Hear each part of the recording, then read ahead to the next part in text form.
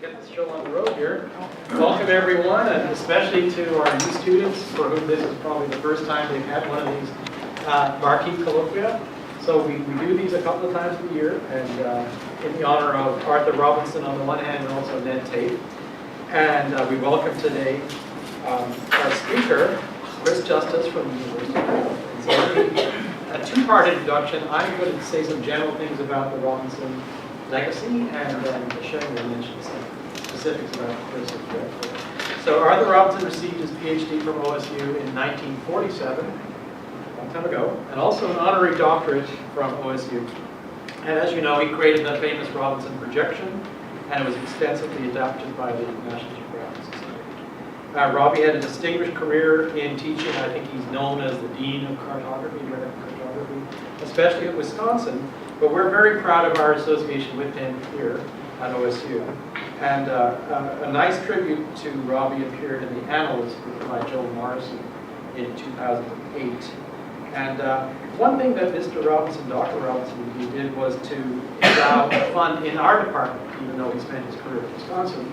And that fund today funds graduate students and others with support for their research. In addition, we've received funding from a generous donor, John Nelson. Unfortunately passed away, but Mr. Nelson said, why don't we always have good colloquia, i.e. visitors, distinguished visitors from out of town, nice reception later, take them out to dinner, all the good stuff. So that's what we're doing with John Nelson's great help, and delighted that he did that, and he's really been a backbone of this special event. I'd also this year like to thank the visiting speakers and actually thank Joel for his leadership and vision in planning a series that are all connected around the theme of climate change. I think that was a great idea, and we've begun to see the fruits of that today. So today we welcome Chris Justice, and we'd like to present some tokens of appreciation. But before we do that, the sort of intimidating part of this, let me mention other people who will be here before you. Reg College, Mike Goodchild, Keith Clark, Stuart Fotheringham, Mike Batty, Matt Zook, Harvey Miller, and last year's presenter, Karen Cito, was elected shortly thereafter to the National Academy, so we have very good taste. We also have a plaque that we'll put in the hallway commemorating this day. Those plaques become very useful in years to come when people say, when was that old These things are very, very helpful. But today I'm going to present you with a little bag of treats. Water bottle, a plaque, and a t-shirt. If it's too heavy to take on the plane, Diane will mail it to you. It's very, very much. Thanks for coming and welcome. Thank you. And so Desheng will mention something about the highlights of your career.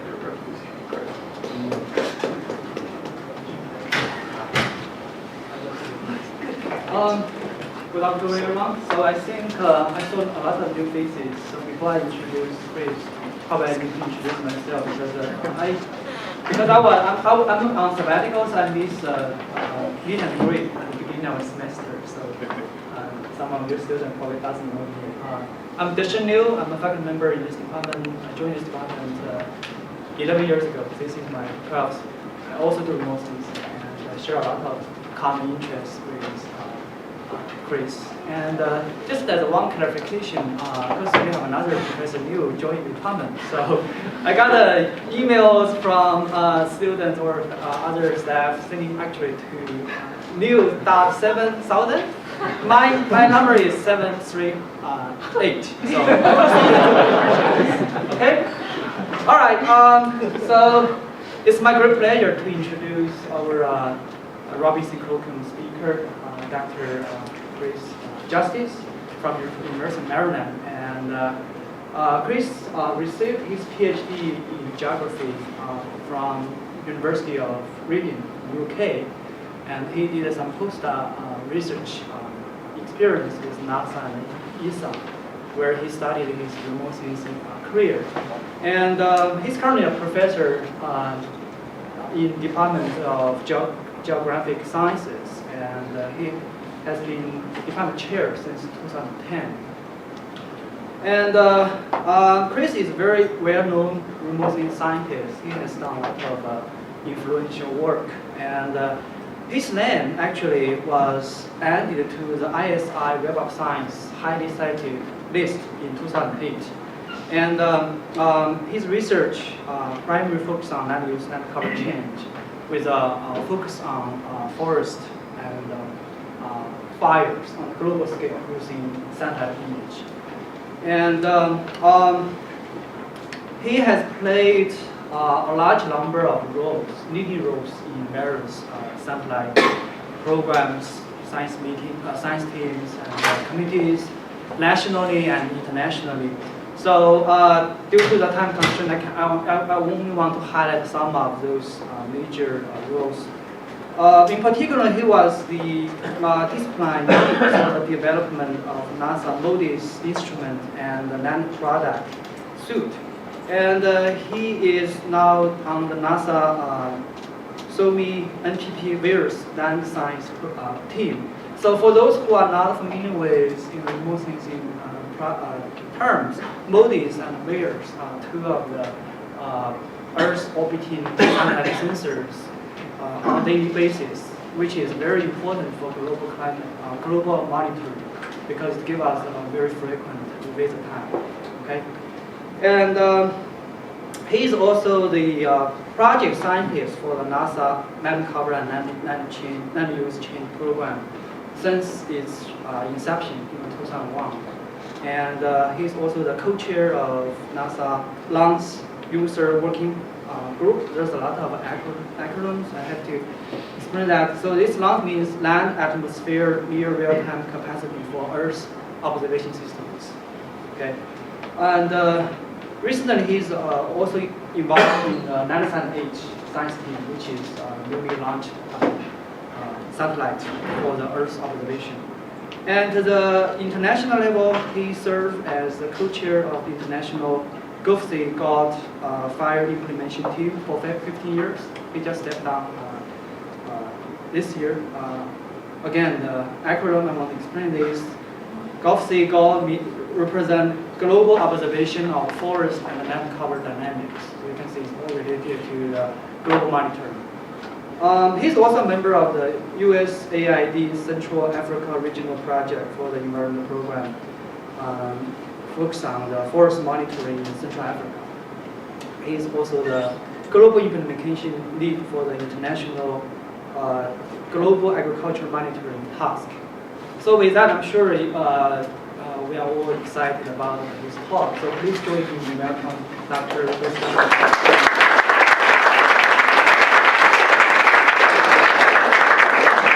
You're either excited or you're completely baffled about what I actually do. So I'm chair of the Department of Geographical Sciences at the University of Maryland, and I was informed today that Maryland's coming here in fairly large numbers at the weekend. So I'm a sort of slightly in advance of that. But I suspect, I'm hoping that they probably do a little bit better than my presentation, and then maybe they might win. Let me tell you about my department. Just learned a lot about your department. And I don't usually go to departments and travel around. I'm not on the travel circuit for that. But when I do, I really enjoy it. And talking to the graduate students is always the best way to find out what's going on in a department. And you hear the good stuff and the bad stuff. And I know in our department, same. It's quite astounding that the issues are the same across the board. So what you're concerned about is what our grad students are concerned about. This sort of experience is very similar. So it's always sort of comforting to know that we're a community. And it's, I think, a time when we need to work more as a community because of what's going on in terms of the external funding and in terms of what's happening in terms of academia at the moment. So I'll tell you a little bit about our department. As you were told, I've been chair for a little while. We're a small department. We're really sort of the little engine that could. We've got 15 tenure track professors, which is small by your standards, and I would really like to be a little bit more like you in terms of the number of professors, but we then make up for that a little bit by having this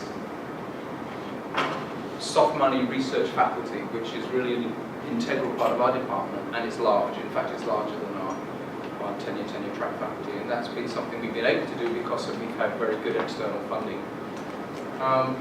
So we have, just as you do, we have a series of visitors, and I would like to say that we also have a large number of staff to support the activities that we do. And I know that here it's the same thing. Without the staff, that we would all be in a very bad situation. So just to say that staff are a critical part of the department and usually don't get recognised in the same way that perhaps they should. So what do our students look like? Well, we have a large number of PhDs for a small number of faculty, and we rely on our research faculty to sit on committees and help and work and do some mentoring, which they enjoy. I think working with PhD students is probably one of the most enjoyable things that we do in a university environment in terms of our research, and that's usually where the cutting edge research happens. We have we ended our traditional geography masters program about 5 years ago. I think it's shortly, maybe a little bit longer than that now. And we set up a fifth year master's program where we have a BSMS. And we have a professional master's program for GIS, which in the Washington area is quite important. There's a lot of people who want to do that in the workplace and catch up on what's going on. And then we have about 300, although this number has dropped a little bit in this last year. So we get a large amount of external funding. We've been very successful at doing that. And then compared to our state funding, this is really rather significant. And then we were doing pretty well in terms of our reputation in terms of remote sensing and our PhD activities. So these are our key research areas. We have what I would call the human dimensions of global change, sort of coupled human and natural systems. That's traditionally, we had a strong human geography side of the department. We've been strengthening this recently. We do land use change, and I'm part of that program. We have activities on carbon, vegetation dynamics, landscape scale processes, and then, of course, as the geographical sciences department, we have geospatial information science and remote sensing.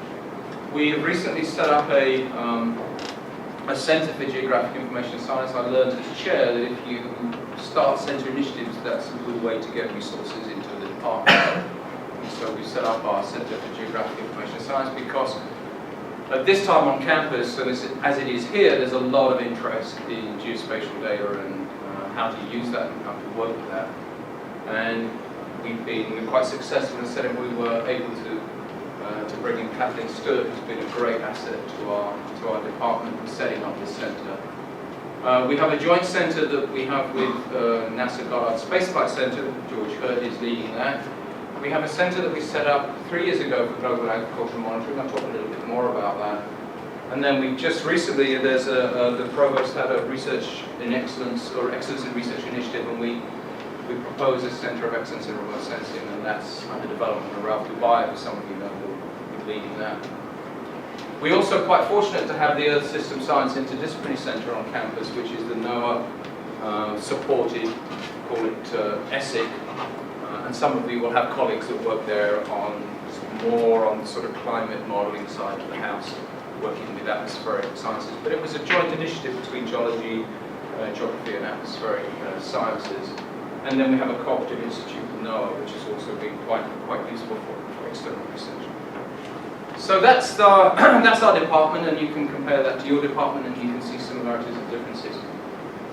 Coming from a geography department, I know it's not a good idea to give a seminar on remote sensing, so what I've tried to do is, so we don't lose the audience, is to make it a little bit more generally interesting and talk about this global agricultural monitoring, international coordination I've been involved in for a number of years now, and give you the sort of history of that and where it's going and where we've been, and bringing in our own research and my own research into that.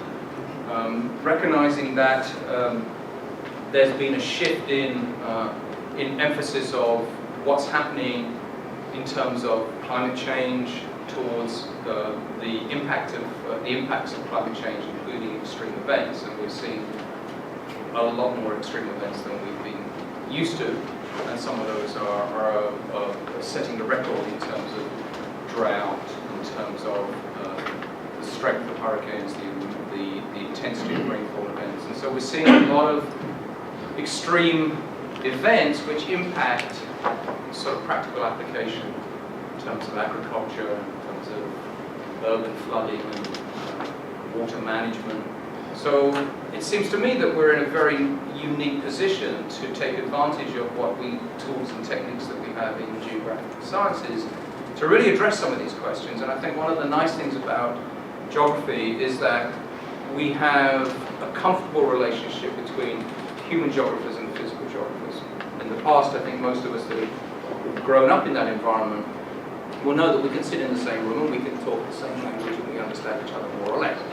There's some residual differences, but in general, human geographers and physical geographers can work together. And I think in this day and age, we're looking at a much more integrated, interdisciplinary science than we've ever had. And I think geography is actually poised to be able to address those questions, where we're both looking at the human and the physical aspects of the situation. And I think in terms of the climate change agenda, which is the focus of this colloquium series, we need to start thinking about the role of people in that process and the impacts of climate change on human systems, societal systems, and then what do we do in terms of adaptation and mitigation. And so I'm going to talk a little bit, look at that from an agricultural lens and talk about this program. So as the introduction said, I was very much involved in the development of time series coarse resonance satellite data. When I came out of my PhD, I was working on Landsat data. This is, I think, across the date because I'm a little bit embarrassed about how long I've been doing this. But I came out to NASA Goddard in 1978 and did a postdoc, and I was working on Landsat. There was a lot of interest in the applied sciences part, Earth resources side of that at that time, and got quite interested in trying to use the satellite data for what I would call practical application. I then went back after 2 years, 3 years at Goddard, I went back to Europe and worked at the European Space Agency, and at that point we were putting in the Landsat, what was Landsat 5 at that time, the ground station, and getting that set up and getting that working. I then got a call from colleagues back at Goddard saying, we'd really like you to come back. Jim Tucker, who some of you will know, was instrumental in me coming out to the States in the first place. He then said, come back because we've got this new instrument that we want to look at. The issue that we were facing is the privatization of Landsat data. And what happened is the Ronald Reagan administration decided that we could commercialize this. There was a lot of interest in the private sector, at least one company, that was wanted to distribute and sell satellite data. And at that point, the data were unaffordable to the science community, and so the demand dropped quite considerably, and we were looking for alternative ways to monitor the Earth using satellites that were free and open available.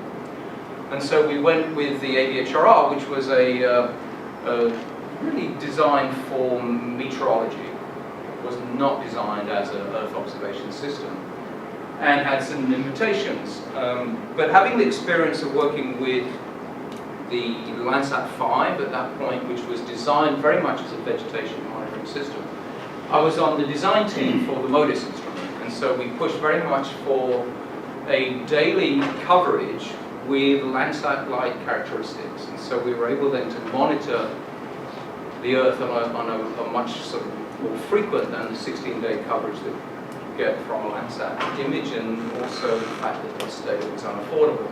So we worked with the AVHRR, we pushed that into MODIS, and then what we found was that those agencies who use these data operationally, in this case it was USDA, they were using AVHRR data, and MODIS had been up for 7 years and they still weren't using it. And so we got a little bit of funding from NASA and worked with some colleagues at USDA to transition what I would call research into operations. This is operational research and development, and we took the MODIS data and started to build it into their decision support system, which was something that's supported out of the applied sciences part of the NASA program rather than the earth sciences side. And so we developed an interface to start to look at these data, access these data easily, and we developed a system for monitoring vegetation for agricultural areas using the MODIS system. We then started to make that available for other countries that needed the same system. In the US, we're very good at freedom and sharing data. the science that we do. So we developed the system. I then was sitting in my office and got a call from an organization which I really knew very little about called GEO. So how many of you have heard of GEO? Good, nobody. Maybe one. So traditionally the space agencies had real challenge to address who are the users of their data. Space agencies are basically engineering agencies that build instruments and launch them, and the data come, and then they build more instruments and more data come, and that's how it goes. But they recognize that the justification for that kind of a program needs to be on strong use of the data, justification for the missions. And so there was interest in the US, I think it was Colin Powell actually who set this up to 2005, to say we need an international interministerial group that will help promote the use of Earth observations. And they set up a group called GEO, the Group on Earth Observation. And with the intention that they were going to build a system of systems whereby all these satellite assets would be linked together and provide a comprehensive monitoring of the Earth system to benefit society in the area of disasters, climate, ecosystems, biodiversity, weather, and agriculture. So I got a call from Geneva, which is where the Secretariat for GEO is, saying, a guy called Michael Rast, which some of you might know from ESA, those of you who are a bit older and tracking what's going on with ESA. He was seconded to GEO, and it's a kind of voluntary organization. And he said, Chris, we know you've been working on agriculture with your MODIS. Would you be interested in leading this initiative? He said, it's been led by FAO now for maybe 4 years and nothing's happened. So the UNFAO, Food and Agriculture Organization based out of Rome, was responsible for this. But I went to Rome, talked to the people there. I actually knew these from my time working at ESA in Frascati, just outside of Rome. I used to go down to the FAO. And said, what's going on? They said, well, there's no money in this, so we're really not interested in leading it because we don't have any money. I said, well, that's the nature of these international programs. They're not a funding agency. There is no money. It's an international program. But you are the International Organization for Agriculture, and it would make sense for you to lead it. So I said, would they mind if I helped put it together? And they said, no, they wouldn't. So in 2007, we had a meeting at the FAO. They hosted it, which was very gracious. And we pulled together people that we know. And you can see me looking a little bit young there. 7 years ago. But also, if you know agricultural remote sensing, you'll see the people here who are now leaders in the field. No need to go into them because you probably, if you haven't heard of GEO and you don't know about remote sensing, then you don't care anyway. So we reviewed the current state of agricultural monitoring, identified gaps and developed priorities. We recognize that all of the international programs face the same obstacles and challenges. And one of the biggest challenges is that you have an operational agency such as our USDA Farm Service or USDA National Agricultural Statistical Service. They're operational. They don't necessarily use remote sensing data. In fact, around the world, quite a few agricultural ministries and organizations responsible for monitoring still don't use satellite observation, even though they're out there. And so I was quite surprised at that. And then I was also surprised that the discussion went back to a program called AgriStars, which was really where NASA started to get involved in remote sensing of agriculture, where actually most of the remote sensing came out of that time, 1969, 1970, 1972. So the AgriStars program was launched, and people were still talking about it. And I was saying, well, this is now 2007. Why are we talking about 1980? You know, things have really changed. And I realized then that there'd been very little investment in this kind of work, even though everybody working in isolation, everybody facing the same problem. So we got the leaders of that group to organize a series of regional workshops. We had a large one in Canada on the use of microwave data for agricultural monitoring. We had several meetings in China with our colleagues from what used to be the Satellite Applications Center, but now it's part of RADI, the Chinese Academy of Sciences. and in Europe, and we had these around the world, and with the idea of trying to get an understanding of what the needs were and what the priorities are. And then building this agenda based on the problems that people had. So these were the issues that came up. Timeliness in obtaining the data. So for agriculture, things move fairly quickly. If you're trying to do forecasting and you're trying to look at the current state of crops, you don't want the data a month from now. It becomes useless. And so they needed better accessibility, they needed more timely data. There was an interest in continuity. So if you're going to build an operational system, you need to have continuity of data delivery. You don't want the system to go away. 6 months, you've just made this investment, and now you've got to use a new system. And the satellite agencies, as I said earlier, tend to want to launch the next best, next greatest thing. They're not interested in these long-term operational issues. And so there's a need for capacity building, the robustness of the methods for national, global, regional application, the lack of data to validate some of the products that people are using, the quality and the timeliness of the agricultural statistics. Can you rely on agricultural statistics coming out of Russia to give you a politically uncorrected assessment of what's really happening? And then decline in the privatization of weather services. You've seen that everywhere outside of the US, that there's been a lack of investment in weather services, the move to try and privatize weather services. And then the accuracy of the seasonal forecast. So that's been an issue for some time. If you have a projection for the season, the 6-month lead forecast, would anybody use it in a practical way for planting and deciding what crops to grow? And then we've seen a general low investment in agricultural research and agricultural extension services, and this is something we talked about at one of my meetings this morning, that this is an area of growth and an area where actually people in this department seem to be making some traction in terms of getting support for the climate agenda, which is really about can we help people, farmers, local people get better information to help them make decisions that will make their livelihoods better and make their profitability better. So I think this is something that we ought to think about quite seriously in terms of where departments like this can make a contribution when you've got strong climate research that you can use it.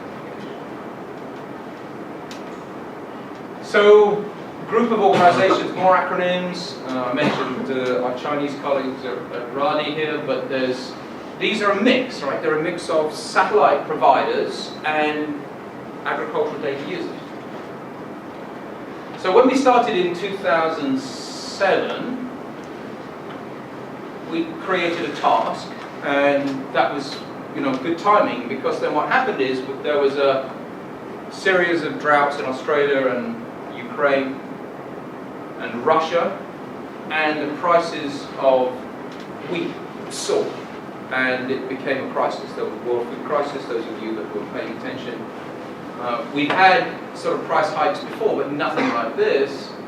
And there's an interesting story about this one, where there was the great grain robbery, some of you might have heard of, where there was an effort to purchase grain by Russia with the understanding that they were going to have a shortage themselves, and in fact we had to sort of buy the grain back, and so they then set up a global monitoring system to do that, and that was the origins of Place. So there's an interesting story on that.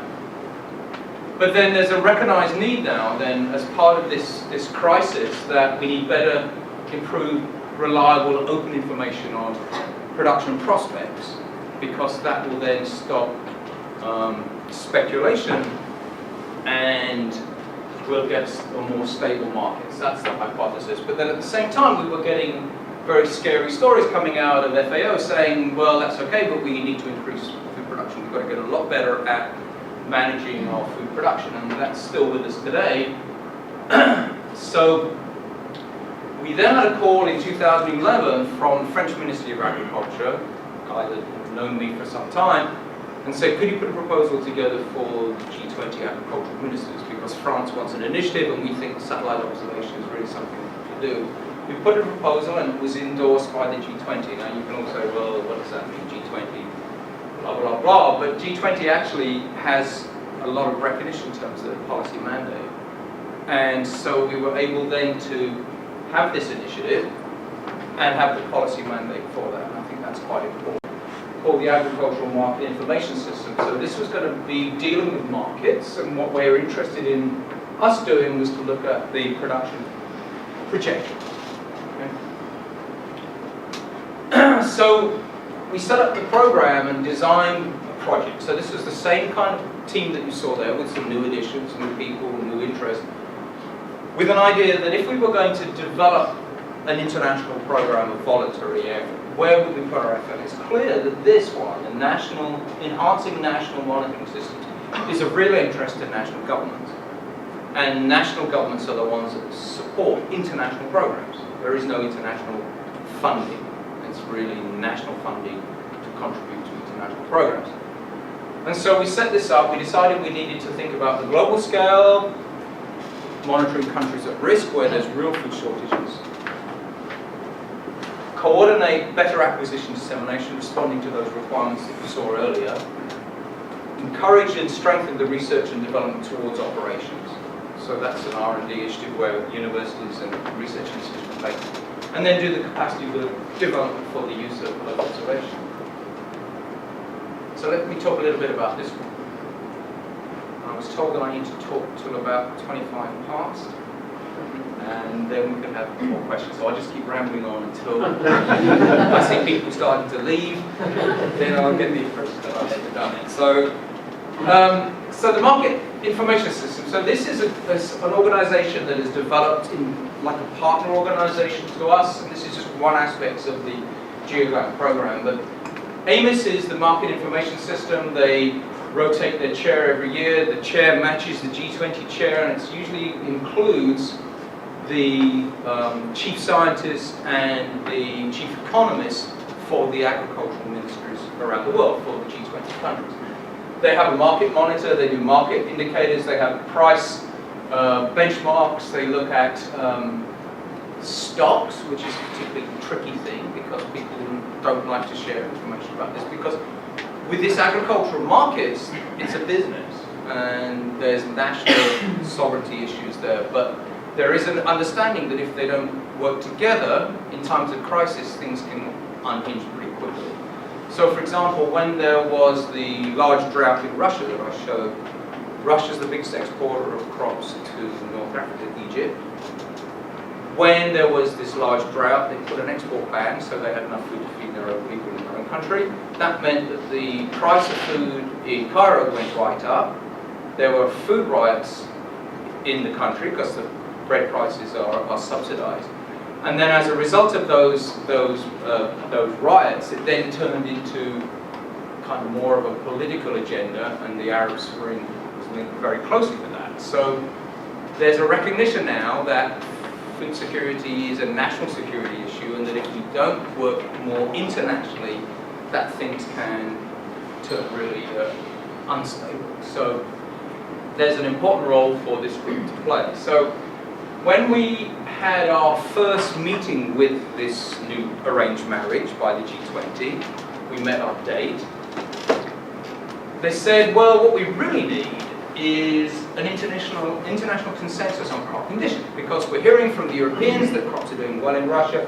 The Russians are saying everything's okay. We're hearing from the US that it's not. We're hearing from China that they're not sure how it's going, and so then what do we do? And so they asked us for an international consensus, but they were very skeptical that remote sensing could provide any contribution, because these are economists, and they love spreadsheets. They don't care about maps. They said, we don't care about maps. We don't want maps. We just want numbers from you.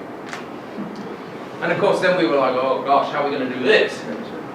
They were interested in the major commercial crops, and with the intention that if everybody knows what's going on and it's transparent and open, there would be stabilizing calming in the markets, which would avoid unexpected shocks. Okay, that was the premise. And they wanted a consensus process, so this is where we came in, and these are the countries they were interested in. These are what we call the market countries. That's the ones that are doing the exports. They have their own production. And the first question is, where are the crops? And it was like, We don't know where the crops are around the world. Where do we go for that information? And it was surprising how old some of that data were, and there's been some valiant efforts by a number of people, Raman Cuddy and those guys, on where are the crops growing. And so we started to build this. One of the activities of that group was what's the best available international crop masters that we've got for those main crops. So we started on this initiative, and it's still going today. But you'd think we know now in this 21st century where we're growing crops, and that, in fact, that's a very dynamic system. And then we wanted the crop calendars. And so we're going to monitor with satellite data, then we need to know when we should be looking and when to turn the instruments on and when to make those data available. Excuse me. And then recognizing that you have multiple seasons. We have three cropping seasons in parts of Southeast Asia for rice. So it gets complicated fairly quickly, but the idea is let's try and get best available information out. So we did that, and I'll talk about the process a little bit later. But the end product was a map of the areas where crops are growing and what's the crop condition. And there was a process by which we came to that, but recognizing that they don't want a lot of information. They want to really render down to something very, very simple that they can see. And this is how we started, and it really was an activity which would then, we agreed on terminology internationally as to what we meant by these crop conditions and where that information would come. In some places it's people on the ground who have the information, the extension services or government agencies that are there, the crop tours from USDA Foreign Ag Service, for example. And the satellite data is just one of those pieces of information. And the information on weather, so combining weather data, satellite data, ground-based information, to try and develop this consensus. And so we do a monthly product, and we develop a consensus process, and I'll talk about that a little bit later on. And then we decided that we would also produce graphics, because it's not just where the crops are, it's what the share is in terms of the total exports and in terms of total production. So these are very simple graphics that everybody can understand, and these have really got some traction now, and people are starting to use them. So we then had the market monitor on the prices and the markets at a glance, and then we did our crop monitors for crop condition and supply side. And we still have a number of partners that are actively involved in that, and they participate in monthly telecons, and there's some discussion and debate about what's really going on, and that consensus is developed. So the next step in this process then is to move from crop condition to quantitative indicators of growing condition. And that's the next push. We're very careful. What they really want is forecasts of production. But we don't want to get into doing that until we're really confident that we've got good numbers, because that's just going to confuse everybody. If our numbers are different from the USDA numbers, it could cause more confusion. So the idea is let's get our science done first, and then we can figure out how we move towards crop production estimates. And even though we can produce them now in a research mode, it's very dangerous to start putting that stuff out until we've really done homework, got it absolutely right.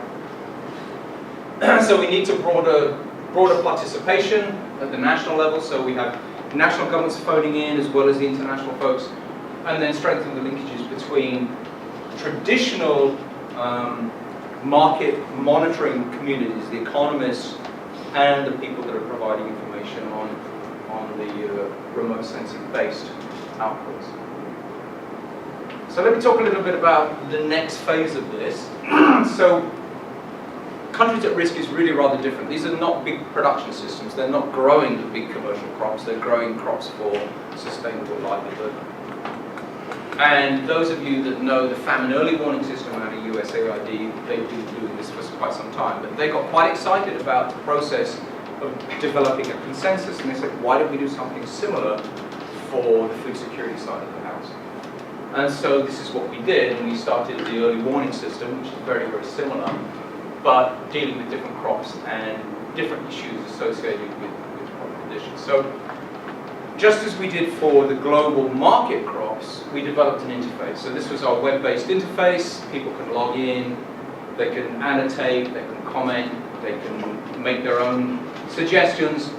and talk about what's going on in those different regions that are consuming to a very fine 250 meter resolution, or finer if you really want to. So for example, for this assessment, we've had some real serious issues in the Horn of Africa that you've been tracking. There's been real sort of food shortages. Was what are the conditions of the crop? So this, for July, we had 710 entries over 61 countries and 39 sub-regions. These were discrepancies, and these are all that are worked out over these telecoms that we set up to come to a consensus on what the conditions are, whether it's wet or dry or hot, the drivers that are causing these conditions, or as you can see here, whether there's conflict. So for the moment, the last version of this was looking at conditions in Bangladesh, Myanmar, in terms of food security and what conditions are, because people are abandoning villages, the crops are not being grown, and there's an issue associated with conflict. Although you recognise that the minute you involve national governments in these discussions, they don't want to hear that. So we have to use the international community to push that forward, and then there's some disclaimers that these are not contributions from the organisation but from individuals, and we get into that. But we're dealing with that now, and it seems to be working quite well. And then delayed onsets. This is a lot more associated with sort of famine than it is with market production. So here's the map. You can see the different crops: millet, maize, sorghum, beans, cassava, barley, groundnuts, and the Ethiopian teff, for those of you that have Ethiopian restaurants in Ghana, I'm sure you know what I'm talking about. And if you don't, you should come to DC because they're downtown DC. And so this was 2016. You can see we've got some problems where there's poor conditions, and the reason for that is associated. It's in the report, but they get much more detailed information coming, and this is actually really taken off. So it's quick and easy, as I said, and it's oriented towards the policy community. So it's already informing agricultural decisions. There were a couple of announcements that were set up. There's a lot more interest in El Nino and how to get out into that seasonal forecasting, just to give everybody a heads up of what's coming. But once we have the onset, then we're getting a bit more confident. But at the moment, the seasonal forecasting still needs improvement for people then to start mobilizing food aid. So building capacity for national monitoring. So we had a Gates Foundation project in Tanzania, and I had a PhD student working in Uganda that we managed to squeeze in under that. And we started to develop national versions of these reports because they didn't have them. And there was a lot of enthusiasm from the government, and I have a very nice story. My PhD student who just defended her PhD and was successful, and then 4 months later she just had twins, so she's incredibly productive. She was in Karamoja, which is a very dry part of Uganda. Those of you that know geography of Africa will know Karamoja region it's been an area of conflict, cross-border raiding. These were herders, pastoralists, who were, because of the conflict, were settled and were forced to do agriculture. And of course, there's no cultural heritage in agriculture for them, so they're always in chronic food insecurity. But they're in marginal lands, and so there's also considerable drought effects. And she just happened to be there at this time and was working on the bulletin, and there was a interministerial committee. The World Food Programme said it's not a problem, they always need food, but she was there. We had tablets on the ground. She got photographs from the day before where she was out there. She just happened to be at the meeting, presented the report, and then they moved the food the next day. It's a really nice story that they sent food because they had these exceptionally bad conditions. You can see the drought as you get some around there, and she was working in this region, which was notoriously food insecure, but that was a nice story. So we've been doing something similar. We had a USAID project. This is our group that I'm presenting. I'm not doing the international stuff quite at the moment. Pakistan, we had a project that we're working in Punjab and Sindh. The Japanese Space Agency initiated an Asia Rice program, working with the same kind of things, working with national governments to try and get them to start to utilize microwave data, which is cloud penetrating, so they don't have the problems, for rice monitoring, and actually for microwave data monitoring rice inundation harvesting is not such a difficult thing.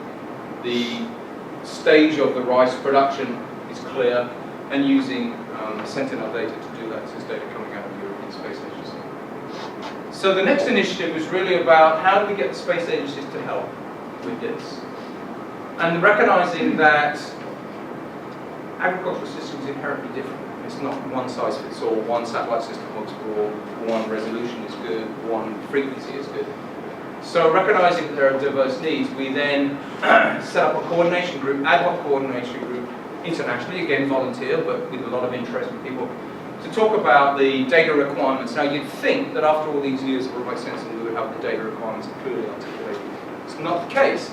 We set up a study to say, well, what data are needed when and where, and promote the near real-time availability, increase the frequency and moderate resolution. And some of this has come about, I have to say, not just because of us, but I would say that part of the argument for societal benefit from the use of Earth observation has really driven the European Sentinel program, for example. You don't have to read this, but this was saying what observation types, what characteristics, and what products are needed, and this was 5 years ago, so it's quite a way off. We did a study on what data are freely open and what data are limited. If you go to China, you can't get the data outside the country. If you go to India, they'll sell you some data, but you can't get the rest of the data. It's just data policies have changed. The nice thing that's happened in terms of data policy is that Europe has finally decided to make their satellite data free and available. It used to be commercial, but with the Copernicus program out of the European Commission, now we can start to get European data free. And there's a trend now towards doing that. Myself working on the MOGIS data availability, we developed a near real-time system, so within 3 hours of acquisition, the data are freely available.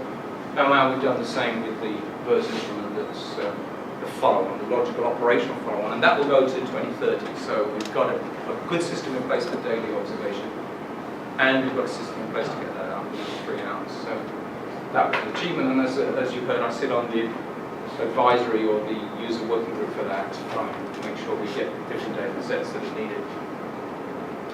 So the Sentinels is what I was talking about from the European Space Agency. They mapped their missions, over there on the right, to the requirements here on the left. And you can see that where we get into this sort of area of moderate resolution, 10 to 100 meters, that the Sentinel-2s really play an important role. There are 2 instruments up there now, plus Landsat. So that leads us to kind of an interesting area. Now they're investing heavily in using this for societal benefit. So we have products coming out from the European Space Agency that are available. The code is now available. They're starting to put these data into the cloud so that everybody can access it. And I think at that point, then national governments have tools that they could use, and they're promoting this one, particularly in Ukraine, South Africa, and in North Africa, I think. They're sort of driving this program through research projects like we have, but this is coming out of the Catholic University of Pierre de Fournier. And so looking at new products from that to discriminate between maize and sunflower, for example, in Ukraine. Oh, no, this is France, yeah, this is in Toulouse area. And getting very good results in new interests. So there's a lot of excitement in our community now about the data. We actually got the data now to do the sort of jobs that we need to do. And so that's the discrimination. This was shortly after the data first became available. They started to show the use, and that having data, multispectral data of 10 meters is really quite a big advance for us. So at NASA, we decided that we wanted to try and merge the Landsat and the Sentinels. So we developed a program called Harmonization. We're a bit quickly now.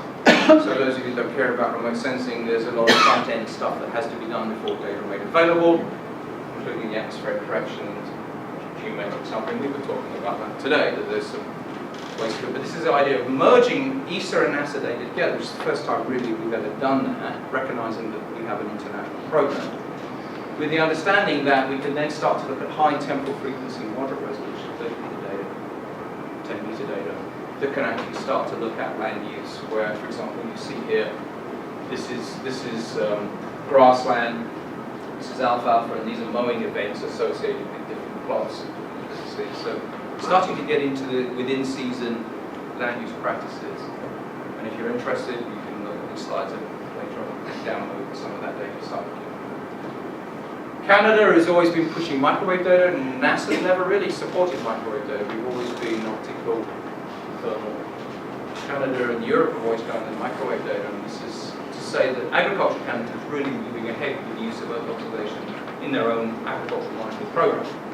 And so they start with RadarSat, which is free to them, but costs everybody else a lot of money, and then moving towards identifying crops in different start parts of the season using the combination of those data sets. This is TerraStar X, and moving into operational system. And they now use, unlike USDA, they actually use these data in a very serious way to do the monitoring. USDA does the national cropland data layer that you will know of if you're into ag. So we're having a workshop in February timeframe where we're going to look at emerging technologies and how they might merge into from Canada into the US and vice versa. So the good news is that the Canadians are kind of getting interested in making free and open data. That's being discussed now. There's some good indications, but at the same time, then, if we get multi-temporal microwave data, then we can do some of the things that people have been talking about today. And some discussions about flood mapping and how you get that out in a timely fashion. If you have 3-day data, you can probably make a big push.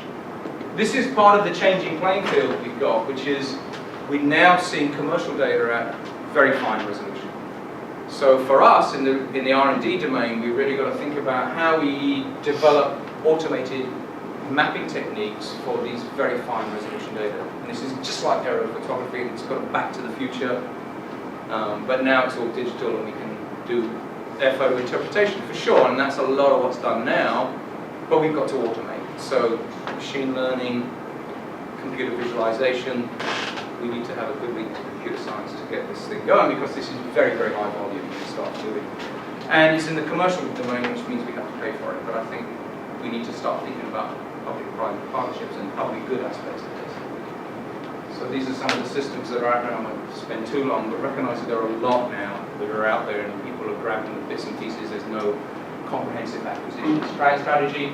Matt Hansen from my department has been using it to do area frame sampling. So effectively monitoring agriculture using area frame, traditionally now using satellite data to do that, using fine resolution samples and coming up with statistically valid estimates. And he's actually getting estimates of the corn production in the US a month or two before the official numbers come out. But as I said, we don't want to start releasing numbers because we'll destabilize the situation. But I know private sector companies. I think Mark Friedel was here recently. He has a small company that does this kind of stuff now. And I don't know, Descartes Labs came out of Los Alamos is also starting to do this kind of work commercially. So let me quickly go through. So it's the same issue in terms of cropland masking, crop type mapping, yield estimation, crop growth, crop stage, and then the products on the right-hand side are really what's needed in terms of the outlooks, the bulletins, the early warning, and the market reports. And so this is our research domain, and you can see here different satellite systems for different parts of that puzzle and getting those put into an operational production. We developed a research program called JCAM. I won't talk about that, but these were a series of sites around the world where we're doing method comparison and results comparison. So in summary, what are we doing? My last slide, I think, on this part. We'll do 5 minutes on something new that we've got going. So we're increasing communication, sharing experience amongst the agricultural community in practice, what we call the community practice. So that's people on the research side with the satellite data, on the applied side in terms of monitoring, operational monitoring. We're helping to improve the national monitoring systems, which we set out to do. We're translating the satellite data into policy relevant information. So not just here's the data, go and use it. It's here's the information that you need for your decision support system. Articulating and advocating for better access to the data and better data coverage. Increasing the awareness by talking to the chief economist at USDA about remote sensing for the first time. That's really a step forward. And it's actually helping the agency itself get more traction for its monitoring work within the organization. So I think we're making some real inroads there.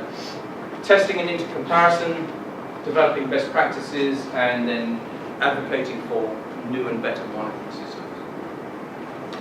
So that's the end of the talk, really. What I'd like to do is just talk about an initiative that we had. NASA put out a call for a consortium for agricultural monitoring to run their agricultural program, applied sciences program. There was an announcement on the street, we put in a proposal, and Maryland's successful. And Inbal Becker-Reshef, my former PhD student, who's in our research faculty, she led the initiative, and I'll be backstopping in terms of somebody that's older and in the way. This was the call. It was a very strange call. It was quite challenging.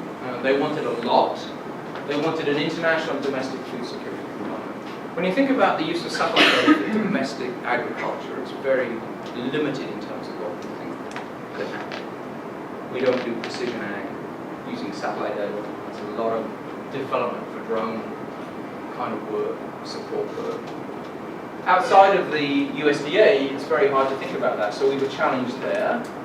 They wanted us to look at the value. What is the commercial value? What is the financial value of Earth observation for agriculture? And they wanted us to start to work with private sector and non-traditional users of Earth observation data. So we put in our proposal, and we were very successful in that, to get that. And that's a large program, but now we've got the challenge of making it work. It's always the truth. When you get these new NSF Centre, the best day is when you get the award. After that, it's, you know, it's downhill from there in terms of how you feel about it, because you've actually got to do it and pull it all together. But we're all very upbeat about this. So we've got the objective of develop a coordinated program. We're trying to leverage already successful activities that are going on, so we can hit the ground running. We have a foundation in user-driven operational R&D, which is what I've been talking about all along, and we're going to sort of leverage our international work through the GEOGRAM program. So we had actually 45 partners on that proposal, which is, writing that nearly killed me, I have to say, and getting all the letters for support and all the activities associated. We'll have a hub at the University of Maryland. We'll build on that agricultural monitoring center that we set up. And then we have a partnership now with a new office they're creating at Goddard to work with this program called Food Security Office. So we're in final negotiations on budget and implementation. We had to do a couple of amendments to the proposal based on the review, but then hopefully starting any day now. So we've got a number, we named explicitly the partners in that. We developed partners. They didn't want everybody coming from Maryland. When you want a consortium, it's got to be multiple universities and multiple players. So we did that, even though I think we probably could have done 65% of the work in our own institution, working with our agricultural departments and our economists to do that. But this is truly an a consortium with international partners. We did no money and national partners with money. But we do have this, which is as part of the proposal we put into Seedstarter, which allows us to engage new partners. So that's an opportunity if you're interested in participating to think about how your research is going to inform use of the data by the agricultural community farmers, markets, grain silo managers, state government, these kind of things. That's what they're looking for. Range of end users, international crop, we've already doing this in our part with the GeoGlam, doing this also. This part we're expanding on, smallholder resilience, microinsurance side. There seems to be a lot of interest in that, quite a bit of traction from international funding on that. The domestic commercial agricultural farm management, that's something that we've partnered with some private sector organizations to do. That's it. So thanks very much, and on time more or less, right?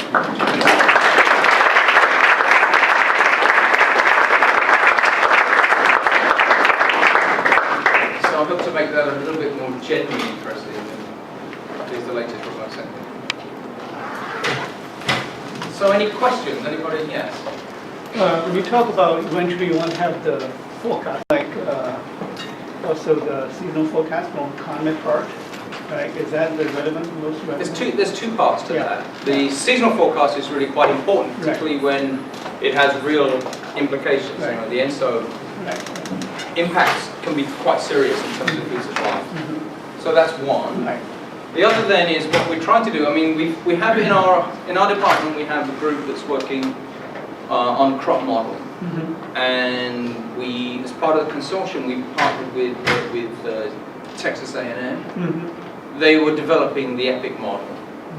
What we're looking at, and what I've been getting one of my postdocs to do, is to look at, can we take the crop model, can we use the satellite data to recalibrate as the model goes forward, and using leaf area index, which is sort of generated by the model, Yeah, yeah. can we kind of recalibrate that spatially? Mhm. Because those models are driven by rainfall data, Uh-huh. right, and those are at sites, Right. or it's fields extrapolated between the sites. So if we could use the satellite data to give us the spatial and the model to give us the process, could we then take the 10-day forecast, which we were all a bit more confident Yeah. about, and project what the, just simply, is it going to get better or is it going to get Right. worse?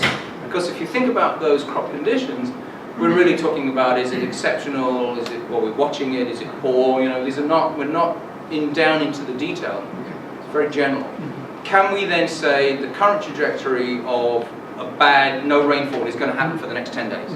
And therefore, can we get out in front of that? So use the weather forecast to drive the crop model and talk about crop condition. So that's, I think that's exciting part. He said he was going to show me the results last week, but then he said he had a problem with the model. So he said next week I can look at what he's been doing, but I'm going to try and get him to write it up because it looks promising. And we're not the only game in town. There are groups in Europe that have been using the WFIS model to do the same. But to be honest, they don't, the NAS and FAS, they really don't use the models in a strong way. It's sort of The climate part or your crop model, which one? both. Yeah. No, what- They use climate data, absolutely. They use Okay. weather data. They get Yeah. the AFWA data coming in. Okay. And they have a convergence of evidence approach. So they don't use any one system, but they'll take all, it's a bit like ensemble modeling. They'll take multiple attempts and see what looks Right. like what's going on. So yeah, I think the crop modeling, weather forecasting, seasonal Right. projection is Right. really where Right. the action is. And I know that the group out at Santa Barbara Geography are doing quite a bit on rainfall and projections in terms of ENSO forecasting. So I think that's kind of an exciting area for R&D. But we then have to translate that into something that's usable within their decision Right. system. Yeah. So, talking about the ENSO forecasting, that's really challenging. And is there great progress on that? And is maybe if there is good progress, is it because the time frame out to which you want to forecast has been made shorter and Mhm. shorter? Mhm. It's easier to forecast. 2 Right, and I weeks, mean, the six latest, months. yeah, I asked that question at a meeting on Famine Early Warning about a couple of weeks ago, and once the season has declared itself, then you can really be more confident in your projection, which makes sense, Right. because it's how that plays out, because then you have analog years and you have a sense of how that works. But I think in terms of the lead forecast, it's still very much saying when it's going to start and how strong it's going to be is still quite a challenge. Yeah. But I think that, to be honest, I remember when we were working with NOAA on the global program, there was this shift from decadal centennial climate work down to seasonal interannual. And there was people understood that. And I think what we were talking about today on Ag Extension, once we start talking about extreme weather and putting that in a climate context, then people understand why it's relevant. If you talk about climate on its own, it's all caught up in this sort of political, media stuff. But if you start talking about extreme events, people on the field know that. Farmers know that this is an unusual they've never had it like this. Either things are starting earlier or they happen later, or they've never had that kind of rainfall and it's all, it's not spread out like it used to be, or flooding. We've never seen this before. People on the ground who rely upon rainfall and a sort of a steady state system, they really get it. So I think the resource managers, water management, food supply, infrastructure, those people really need information that can help them, but it has to be presented in a way that they can understand and not sold. One of the problems we've had with remote sensing is being heavily oversold at various times, and we're actually seeing that now in the private sector with the fine resolution data. I went to a workshop a little while ago when a private company was saying they could directly see and measure planted area in southern Sudan. And if you've ever been to southern Sudan, you'll know that they're not fields that anyone would recognize in most of the place. You're not sure you're actually standing in an agricultural field, let alone start to quantify planted area. But obviously that's the information they need. Yeah. So in your talk, you mentioned a lot of sensors like movies, spheres, lenses, and they have different species which are temporal radio frequency. So my question is whether those data are used in a disparate way, like varies from region to region, or it's integrated based on global species. Well, I think I tried to say that there's no one size fits all. So if you're working in the Mekong Delta, you're probably not going to use optical data. Whereas if you're working in Kazakhstan, you probably can, a bit better. Field size distribution is very, very different, so spatial resolution changes. I think the other thing that I said was that we're starting for the first time to use data in concert. So the harmonized data set, for example. I don't ever remember an effort to combine data from ESA and NASA in a harmonized way. You've always been able to get hold of JERS1 data or ERS1 data or SPOT data, but we've never actually merged these together. And I think it's a very promising sign that the International Space Agency has then recognized that sharing data and working together is something that will really pay off. Because I think no one system can do that, no one country can provide the monitoring systems that's needed. The challenges are, can we get India and China, who are both out launching Europe and the US in terms of missions, can we get them to play in this sphere? And that's been really challenging, even in this context. So that's something that we really need to push forward. Yeah. We're talking about this in the context of climate change, which is a long-term process. Looking at the way improvements have made in predicting weather, which are really quite astonishing over a few decades, what would you predict about your prediction ability using this over the next, say, 20 or 30 years? For the climate projections? No, for just being able to predict the weather? No, predict the crops. Yeah, I mean, I'm optimistic. We're moving. It's getting more attention now. I think that internationally we're very poorly positioned for disaster, and we always take after the fact. We'll try and fix it. We did I was talking to a colleague at USDA. He said, this is. What would happen if there was, if the stocks were low and we had a bad year? What would happen globally? And I sort of took that idea and I kind of ran with it a little bit. And we did a paper recently out of the Pardee Center in Boston with a guy called Tony Genados and a lady called Molly John from Wisconsin about, it was called breadbasket failure. What would happen if there were 3 successive droughts each year in the major grain-producing parts of the world that we all rely on for global food supply? And it was a kind of, we laid out a research agenda. What would you need to do? And part of that was the models of the extreme events in that record. So I think climate models seem to do okay when you're changing the mean. So you can talk about changing mean rainfall or changing mean temperature. But when you start looking at the ends of the distribution as to what the extremes are we going to have very wet, very dry, then I think that's where the models need to sort of get a little bit better for us to be able to make that linkage between the climate models and the crop production. I mean, you've had people like Cynthia Rosenzweig out of GIS doing studies on, and IPCC, what does world agriculture look like in 2050 with that, sort of rising temperature. But I think the real issue is more about the extreme event. And I think, you can say, well, okay, this part of Canada is going to be much more viable for producing this kind of crop because it's just getting warmer. But I think in the middle of that is this discussion of, well, how's it, on the way to get there, what's it going to look like in terms of variability? So I'm very optimistic that we can start to do better modelling, but I think we've got to, the crop models don't do a very good job of within season forecast. That's not really what they've been focusing on. They've been focusing on farm scale, plot scale, management. What happens if you put more fertilizer, different timing and all that kind of stuff, or irrigation timing and how to do that more effectively.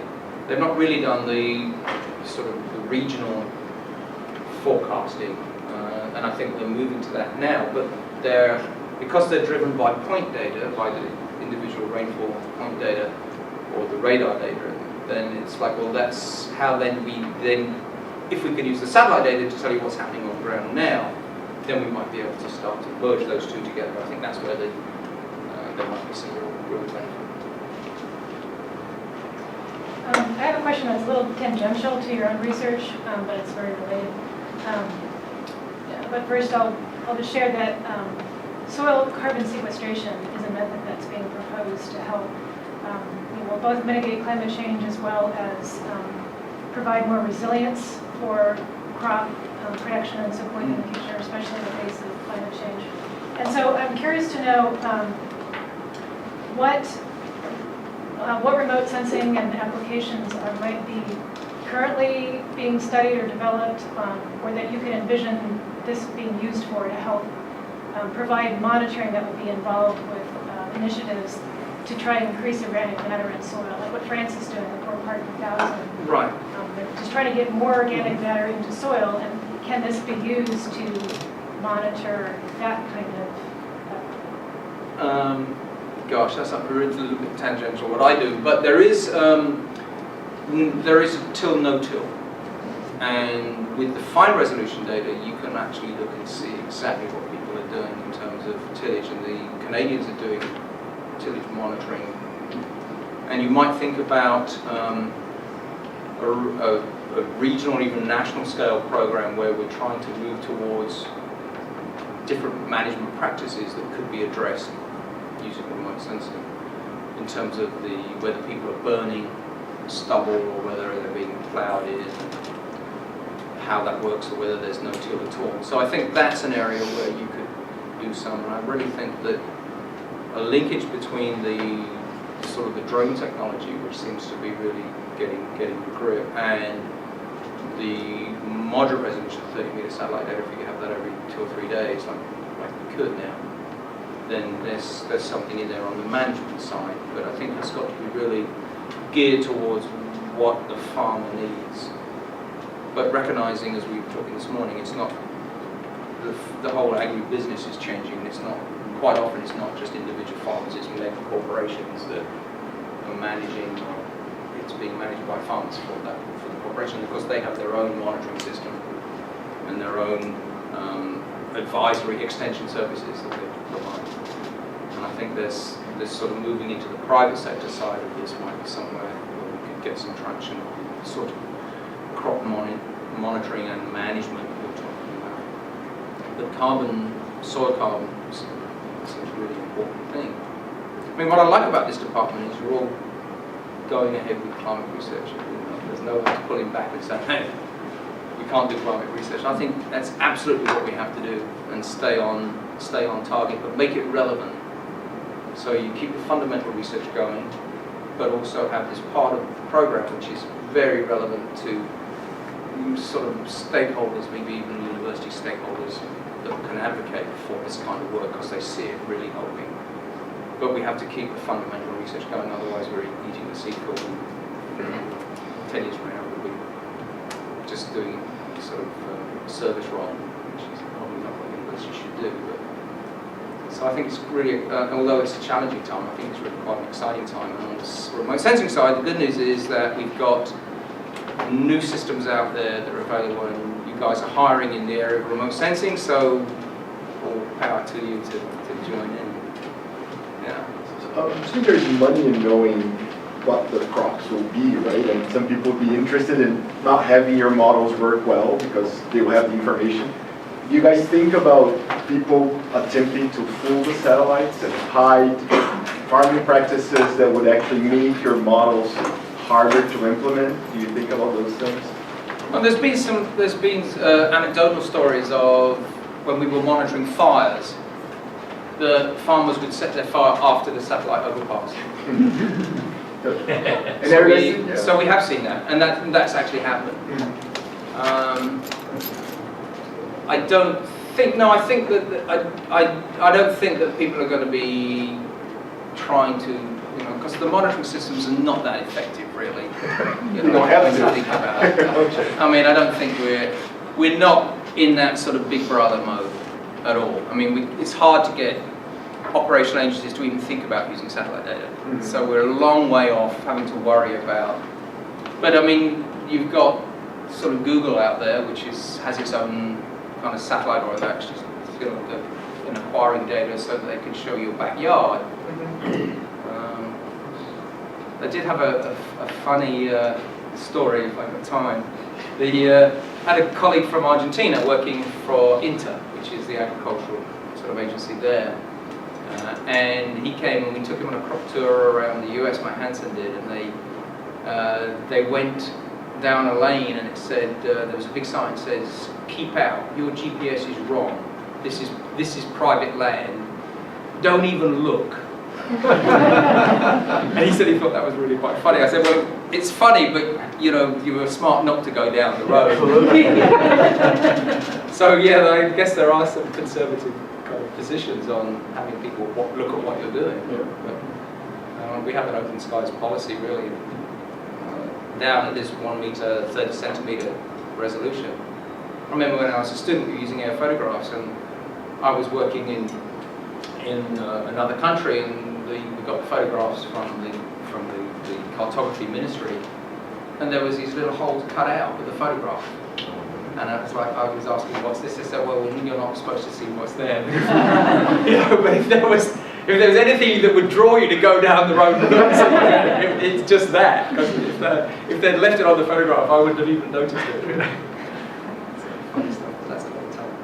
I come from the crop production side, horticulture, crop science, and I just recently retired, but I taught for a number of years, and I remember 20 years ago, it was so difficult to get, when we were teaching our students using GPS, precision agriculture, to take that home and have grandpa and dad accept it. And now everybody's tractor has all those things. I just see great potential in the next 20 years with your overlays and what we use as field mapping, that and the two put together, because they're kind of different points of view, or not points of view, different ends, that this has an extremely powerful means of adapting not just on global sites, but even in fields and what an individual farmer. You were talking about that, but I mean, just from my own experience and seeing the differences that went on in agriculture in 20 years and acceptance of data and use of data is astronomical, and I think it's just going to continue. Yeah, I agree with you. I think it's quite an exciting time. It is. So I retired almost. Yeah, well, there's always voluntary service. One of the issues that we've got is we have these models that can estimate yield, project yield, and estimate yield, but then collecting sufficient ground data to validate this model spatially. It's quite a challenge. But now that we have combines that measure as you go, then we've got to make sure we've got the calibration so that we can That's why I translate. say, all that precise data Yeah, I from think the field, because it's a very exciting time. overlay with yours. You mentioned the Google Is there a role here for the CubeSats?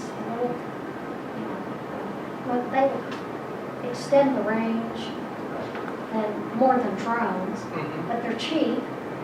Of course, you probably the lifetime is short, so you don't get the longitudinal observations that Although you they, would get. you know, they're launching, I know that in India they have a constellation of small sats. Over 100. And then there's, in the US, we have Swarm, small There's a sats. company called Planet. Planet, Yeah, Planet is, 200. Planet. I just wonder what the potential of that. I think we need to have a relationship with, you know, the private sector to do the development side of that. Because I think that's, you know, they have their own research groups, but it's quite small considering the potential. So I think we do have a relationship. Planet was on our proposal as a collaborator. But I think we're still struggling a little bit in our community to develop that private university partnership, whereas in the biomedical field or the engineering field, that's been established for many years.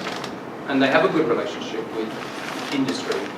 Whereas for our community, it's always been a little bit competitive, you know, particularly going back to the EARSAT time, where they felt that the universities were competing because they were doing this work rather than partnering. And I think it's time to start partnering with the private sector. I mean, there's been some movement in that, and I think that's very healthy. We also have to go to science quality data, not just a photograph or a snapshot. And that's then behind that, there's all of the stuff that makes launching so expensive for NASA, the calibration, sort of redundancy in the systems. Whereas I think, you know, in China, they're really launching a lot of satellites and can collect the data. But then the question is, how do you use that in a quantitative way? And I think it's getting a lot better. But we got some early data from one of the satellites, and calibration was a real problem. So we've got to do our homework on the science that we do. Is China a partner in the new consortium? Well, NASA doesn't allow you to partner with China. They've got a long, you know, but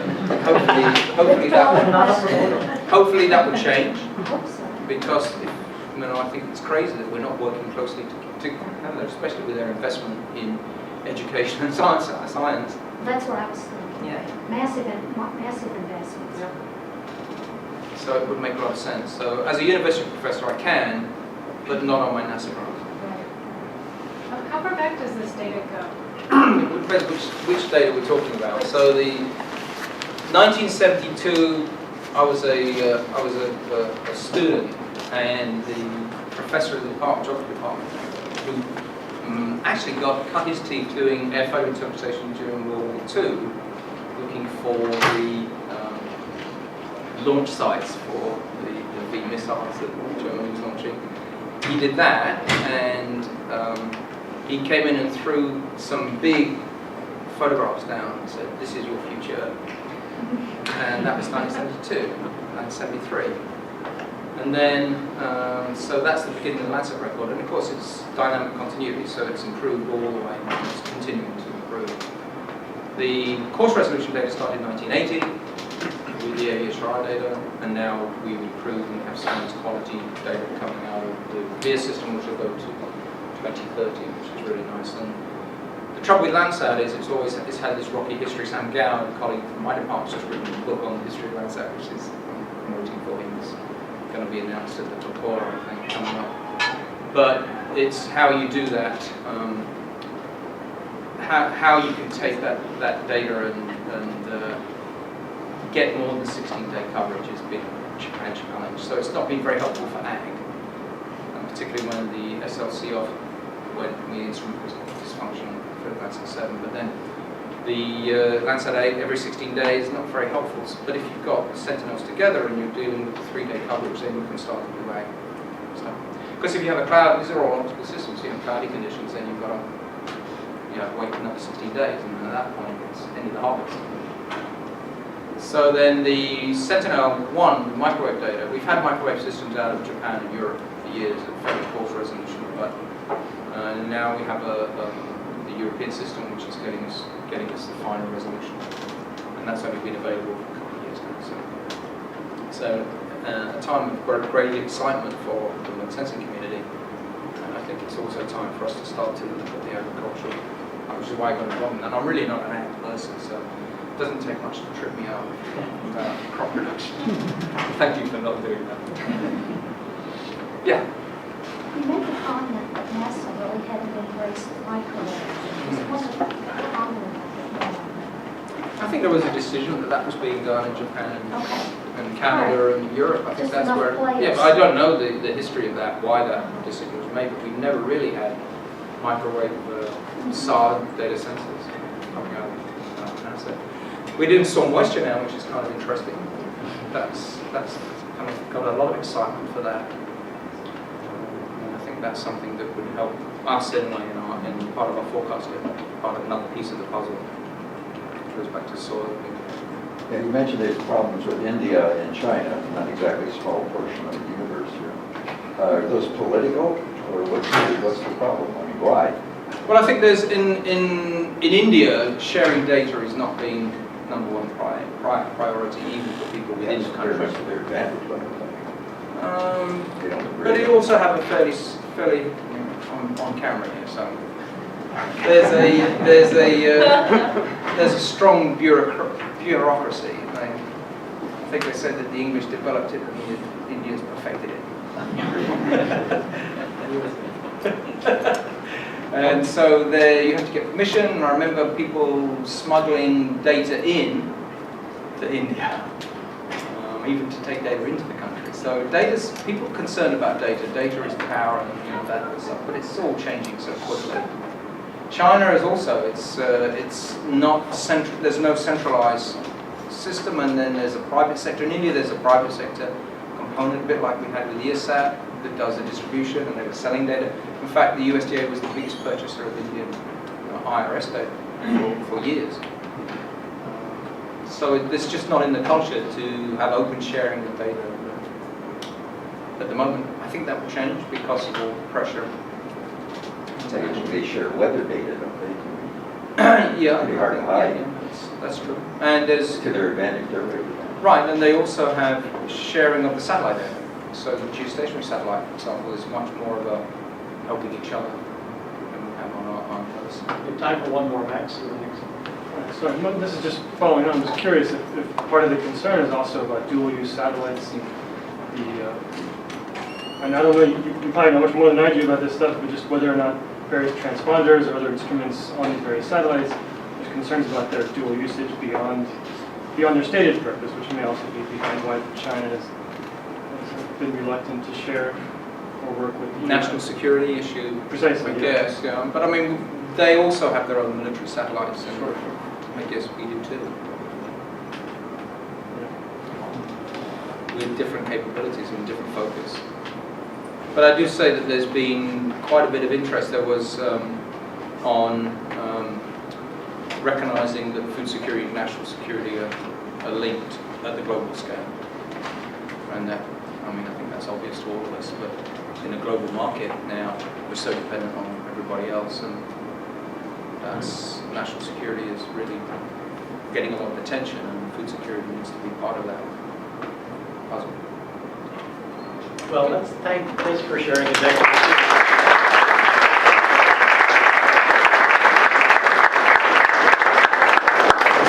I really enjoyed my day here, and sorry I couldn't stay longer.